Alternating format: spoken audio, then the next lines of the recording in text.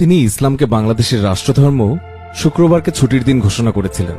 তিনি মসজিদ মাদ্রাসায় বিদ্যুৎ বিল মওকুফ করেছিলেন। সেই তিনিই প্রথম টিভিতে আজান প্রচারের নিয়ম করেছিলেন। তিনি উপজেলা পদ্ধতি চালু এবং গুচ্ছ গ্রামের প্রবর্তন করেছিলেন। এই তিনি দেশ মাতৃকার একজন গর্বিত সাবেক সেনাপ্রধান, এদেশের 9 বছরের সাবেক সফল প্রেসিডেন্ট। ওনার 9 বছরের শাসনামলে এদেশের উন্নয়নের স্বর্ণযুগ ছিল। ওনার শাসনামলেই দুর্নীতি, ধর্ষণ, খুন, রাহাজানি, প্রকাশ্যে কোপাকুপি এগুলো সত্যি দুরূহ ছিল। হ্যাঁ, একমাত্র ওনার আমলেই মানুষ শান্তিতে নিরাপদ জীবনযাপন করেছিল। এই তিনিই বলেছিলেন 68,000 গ্রাম বাঁচলে বাংলাদেশ বাঁচবে। কার কথা বলছি? কে তিনি, যিনি এভাবেই এদেশের রাজনীতি এবং সমাজনীতিতে এতটা অবদান রেখেছেন? অবশ্যই বোঝার বাকি নেই কারো।